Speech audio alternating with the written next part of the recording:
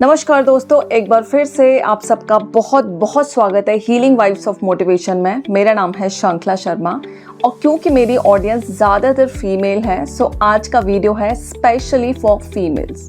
दोस्तों, सबसे पहली और सबसे इम्पॉर्टेंट क्वालिटी है मैच्योरिटी, क्योंकि अब आप 18 क्रॉस कर चुके हो। सो अब बचपना आपका क्रॉस हो चुका है। बचपना छोड़िए और थोड़ा सा मैच्योर बनिए। लेकिन इसका मतलब ये बिल्कुल भी नहीं है कि आपको बचपना बिल्कुल भूल जाना है। मैच्योर बनिए वहाँ जहाँ ये ज़रूरी है, लेकिन हर सिचुएशन में आपको सीरियस नहीं रहना है। थोड़ा सा बचपना, थोड़ा सा चुलबुलापन बहुत ज़रूरी है ज़िंदगी में। अदरवाइज़ ना आप इतने सीरियस हो जाएंगे, इतने बोरिंग हो जाएंगे ना कि लोग आपसे बात करना ही पसंद नहीं करेंगे। सो थोड़ा सा अपने सेंस ऑफ ह्यूमर को बढ़ाइए, थोड़े से चुलबुले बनिए, थोड़ा सा बचपना ज़िंदा रखिए। ज़िंदगी जीने के लिए बहुत ज़रूरी है, लेकिन थोड़ी सी मैच्योरिटी इस टाइम पे लेना बहुत ज़रूरी है।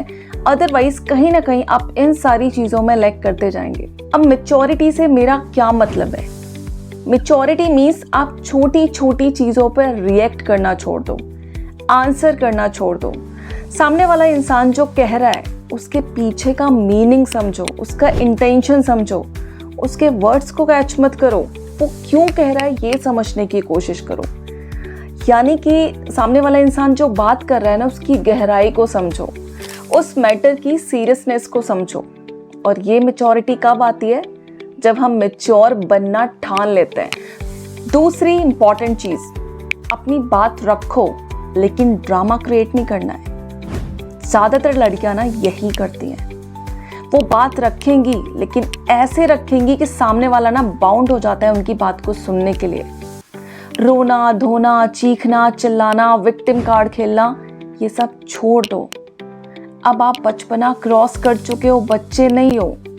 अब आप बच्चे नहीं हो तो बचपना छोड़ो और चीज़ों को ना थोड़ा मैच्योरिटी के साथ हैंडल करो। ये ड्रामा अब आप बंद कर दो। अपनी बात को कहने का तरीका सीखो। आप जो भी बात कह रहे हो ना, उसे फुल कॉन्फिडेंस के साथ कहो। जो चीज़ सही है सही को सही और गलत को गलत कहना सीखो।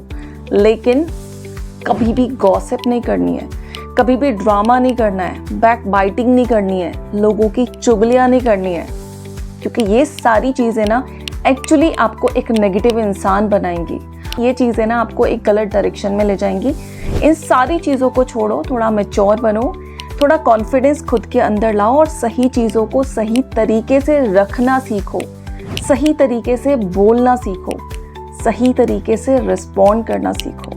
तीसरी इंपॉर्टेंट चीज़, दूसरों की हेल्प लो अगर ज़रूरत पड़े तो, लेकिन इंडिपेंडेंट बनना बहुत ज़्यादा ज़रूरी है।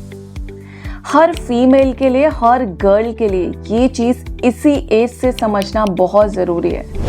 हमारा सपना सिर्फ शादी करके किसी बड़े घर की बहू बनना नहीं है, बल्कि एक ऐसी इंडिपेंडेंट लड़की बनना है जिसे ज़रूरत ही नहीं है किसी की। सो इमोशनली स्ट्रॉन्ग बनो, थोड़ा बोल्ड बनो और फाइनेंशियली जितना जल्दी आप इंडिपेंडेंट बन जाओ उतना आपके लिए बेटर है। हम सबकी लाइफ का एक गोल होता है, एक गोल आपको भी सेट करना है इसी एज में। यही वो टाइम है जब आपको सेट करना होगा कि मेरी ज़िंदगी में मुझे करना क्या है। शादी सबको करनी है, बट उसके बाद क्या? लड़कियों को अक्सर ये बोल के घर बिठा दिया जाता है कि तुम्हें ज़रूरत ही क्या है, तुम्हारा हस्बैंड, तुम्हारे इन लॉज फैमिली इतने रिच हैं, उन्हें ज़रूरत ही नहीं है सब चीज़ों की, तो फिर आप किसके लिए कमा रहे हो? तो वहाँ पे हमारा आंसर होना चाहिए खुद के लिए, खुद की सेल्फ रिस्पेक्ट के लिए, क्योंकि हम ये चाहते हैं, हम ये डिजर्व करते हैं। हमारी भी अपनी एक आइडेंटिटी होनी चाहिए and self respect, that is our next point. इस चीज़ का ध्यान हमें हमेशा रखना है। दूसरों के मजाक को आप झेल सकते हो, उसे पॉजिटिवली नेगेटिवली ले सकते हो, लेकिन कोई भी चीज़ अगर आपके सेल्फ रिस्पेक्ट पे आ रही है तो उस कॉन्वर्सेशन को वहीं पे ख़त्म कर देना है। सो अपनी सेल्फ रिस्पेक्ट को बनाए रखना है, तभी आप एक कॉन्फिडेंट वुमन बन सकते हैं, तभी आप एक अपनी आइडेंटिटी बना सकते हैं, एक यूनिक पर्सनालिटी बना सकते हैं। पांचवा और आखिरी पॉइंट, लोगों से मोटिवेशन लो, लोगों से इंस्पिरेशन लो। लेकिन कभी भी किसी को कॉपी नहीं करना है। That means be yourself. अपनी जो जेन्युइन पर्सनालिटी है ना, हमेशा उसको सामने लेके आओ। आप जैसे भी हो वैसे ही लोगों के सामने खुद को रखो। कुछ और बनने की कोशिश मत करो।